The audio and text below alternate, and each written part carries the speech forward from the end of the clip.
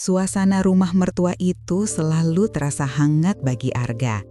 Setelah 5 tahun menikah, ia sudah merasa ibu mertuanya seperti ibunya sendiri. Rani, istrinya, sering dinas luar kota, jadi Argalah yang lebih sering menjaga Bu Ratih yang kesehatannya menurun. Pada awalnya semua terasa wajar. Arga memasak untuknya, mengantar ke dokter, menemani nonton televisi saat malam. Namun lama-kelamaan, Bu Ratih semakin mencari keberadaan Arga. Ia menanyakan jadwal pulang, menunggu di ruang tamu, bahkan membuat alasan agar Arga tetap berada di rumah lebih lama. Arga tidak pernah curiga, ia hanya menganggap ibu mertuanya kesepian. Namun suatu malam, Bu Ratih menangis di kamar. Arga mengetuk pintu. "Bu, ada apa?" "Tidak apa-apa, Arga. Ibu hanya merasa sendirian." Suara itu bergetar. Ada luka yang tak pernah dibicarakan.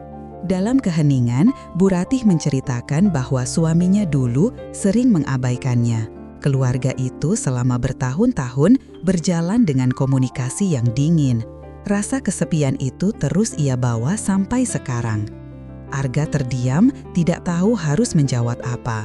Namun sejak malam itu, hubungan mereka berubah. Bu Ratih menjadi lebih lembut, lebih perhatian.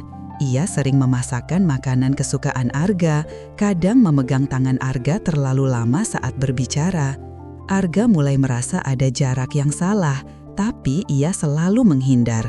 Ia tidak ingin menyinggung perasaan ibu mertuanya. Sampai suatu malam, ketika hujan deras mengguyur kota dan listrik padam, Bu Ratih memeluknya dari belakang. "Arga, kamu satu-satunya yang membuat ibu merasa hidup lagi." Saat itu Arga sadar, ada sesuatu yang seharusnya tidak pernah dimulai. Ia menjauh, tetapi Bu Ratih justru semakin bergantung. Awalnya hanya percakapan emosional, lalu menjadi perhatian berlebihan, dan akhirnya mereka melangkah ke zona yang tidak bisa kembali. Arga terjebak, ia menyesal, tapi juga tidak mampu menghentikan kedekatan itu. Hingga puncak konflik datang, Rani pulang lebih cepat dari dinas luar kota. Ia mendapati ibunya dan suaminya berada dalam situasi yang sulit dijelaskan. Rani menangis, menjerit, dan merasa dikhianati oleh 2 orang yang paling ia percayai. Kenapa kalian lakukan ini pada aku?" Tidak ada jawaban yang bisa menghapus luka itu. Bu Ratih jatuh terduduk, sementara Arga hanya bisa meminta maaf yang tak pernah cukup. Keluarga itu hancur pada malam itu juga. Rani pergi dari rumah sambil membawa koper. Hubungan pernikahan mereka terbelah, dan Bu Ratih hidup dengan penyesalan yang tidak pernah selesai. Arga akhirnya meninggalkan rumah itu.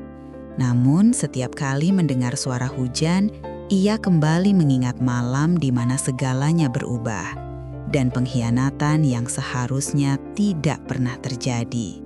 Beberapa minggu kemudian, Rani menghubungi Arga untuk menyerahkan surat cerai. Mereka bertemu di sebuah kafe.